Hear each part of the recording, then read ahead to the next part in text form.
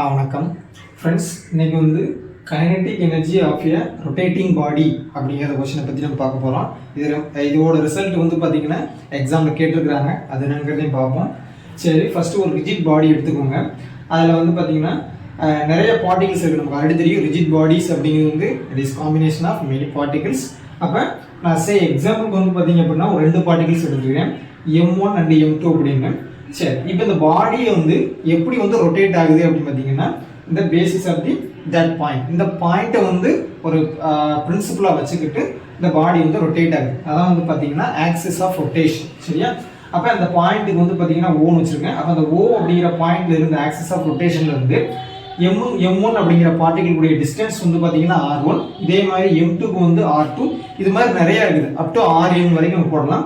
சரி, இப்போ இதே மாதிரி இந்த M1 பார்ட்டிகளோட வெலாசிட்டி வந்து பார்த்தீங்க அப்படின்னா V1. சரி, நமக்கு ஆல்ரெடி தெரியும் கைனடிக் எனர்ஜி. அப்போ லீனியர் மோஷனில் தெரிஞ்சிச்சு, லீனியர் மோஷனுக்கும் ஆங்குலர் மோஷனுக்கும் கூட ரிலேஷன் வந்து நம்ம எழுதுவோம். அதையும் போட்டுட்டு இந்த ரிஜிட் பாடிக்கு என்ன கைனடிக் எனர்ஜி இருக்குது அப்படின்னு நம்ம டெரைவ் பண்ணிடலாம். ஃபர்ஸ்ட் இந்த கைனடிக் எனர்ஜி ஆஃப் தி பாடி. அப்போ லீனியர் மோஷனில் வந்து கைனடிக் எனர்ஜி ஃபார்முலா நமக்கு தெரியும். That is kinetic energy E னு வச்சுக்கலாம். அப்போ E is equal to half mv squared அப்படின்னு நம்ம தெரியும் ஜென்ரலாக.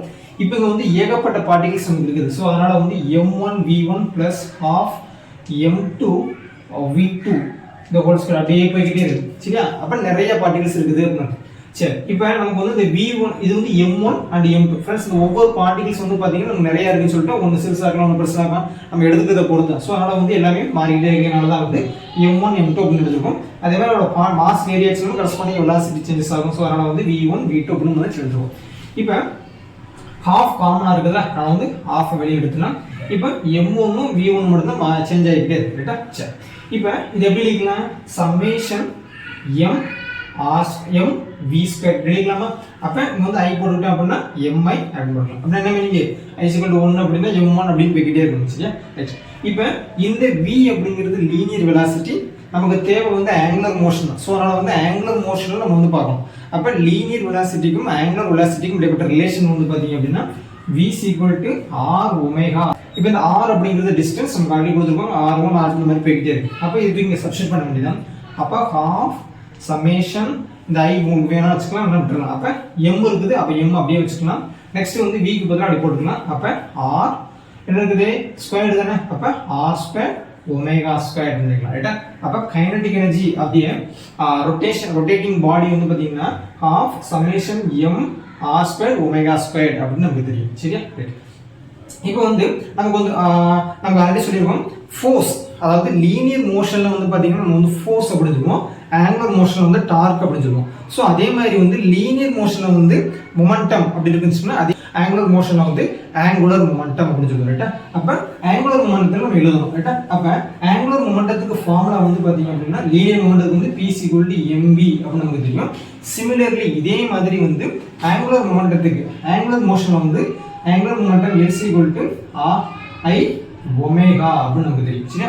L = I omega. ரைட்டா? இப்போ இந்த I அப்படிங்கிறது வந்து பார்த்தீங்கன்னா மொமெண்ட் ஆஃப் இனர்ஷியா. இப்போ இந்த மொமெண்ட் ஆஃப் இனர்ஷியா அப்படிங்கிறது வந்து பார்த்தீங்க அப்படின்னா அதற்கு ஃபார்முலா. அப்போ moment of inertia I = mr² அப்படின்னு நமக்கு தெரியும். rங்கிறது டிஸ்டன்ஸ், அதாவது ஒரு பர்டிகுலர் பாயிண்ட்ல இருந்து அந்த டிஸ்டன்ஸ் தான் r. ரைட்டா? சரி, அப்போ I = mr². அப்போ half mr² ஒமேகா ஸ்கொயர். அப்போ இது பேர் என்ன எழுதிக்கலாம்? நம்ம வந்து I எழுதிக்கலாம். அப்போ half I omega squared அப்படின்னு எழுதிக்கலாம். இது என்னது? kinetic energy of the rotating body in terms of angular moment of inertia and angular velocity omega. ரைட்டா? சரி, இப்போ நம்ம வந்து ஆங்குலர் மொமெண்டத்தில் எழுதணும். சரி, அப்போ ஆங்குலர் மொமெண்டத்தில் எழுதணும் அப்படின்னா இதை இங்கே சப்ஸ்டிட் பண்ணணும். ரைட்டா? அப்போ நமக்கு இங்கே பார்த்தீங்க அப்படின்னா I இருக்குது, இங்கே I இருக்குது. சரியா? அப்போ half, அப்போ என்ன பண்ணலாம்? மேலேயும் கீழே. அப்போ அதாவது I ஒமேகா ஸ்கொயர் இருக்குது, மேலேயும் கீழே ஒரு ஐயால மல்டிப்ளை பண்ணி டிவைட் பண்ணணும்னு வச்சுக்கோங்களேன். அப்போ என்ன கிடைக்கும் அப்படின்னா ஹாஃப் இங்கே இருக்குது I இருக்குதா, அப்போ I² மாறிடும். அப்போ I². அப்போ என்ன வரும்? I² omega square divided by I அப்படின்னு இருக்கும். சரியா? இப்போ I² ஒமேகா ஸ்கொயர். அப்போ L². அப்போ L² = I² ஒமேகா ஸ்கொயர். அப்போ ரீப்ளேஸ் பண்ணிக்கலாம். அப்போ half L² divided by I. ரைட்டா? சரி, அப்போ எக்ஸாம்பிள் கேட்ட क्वेश्चन என்ன பாத்தீங்க அப்படினா இந்த relation between the kinetic energy and moment of inertia and angular momentum. அப்போ சிம்பிளாக வந்து இதுதான் ஃபைனல் ரிசல்ட்டு. அப்போ is equal to L square divided by 2i. ரைட்டா? இதான் வந்து கைனடிக் எனர்ஜி. இதுவும் ஆன்சர் தான், இதுவும் ஆன்சர். அப்போ kinetic energy in terms of moment of inertia and angular velocity, kinetic energy in terms of angular momentum அப்படின்னு கேட்டாங்க அப்படின்னா இதுதான் ஃபைனல் ரிசல்ட்டு. சரியா?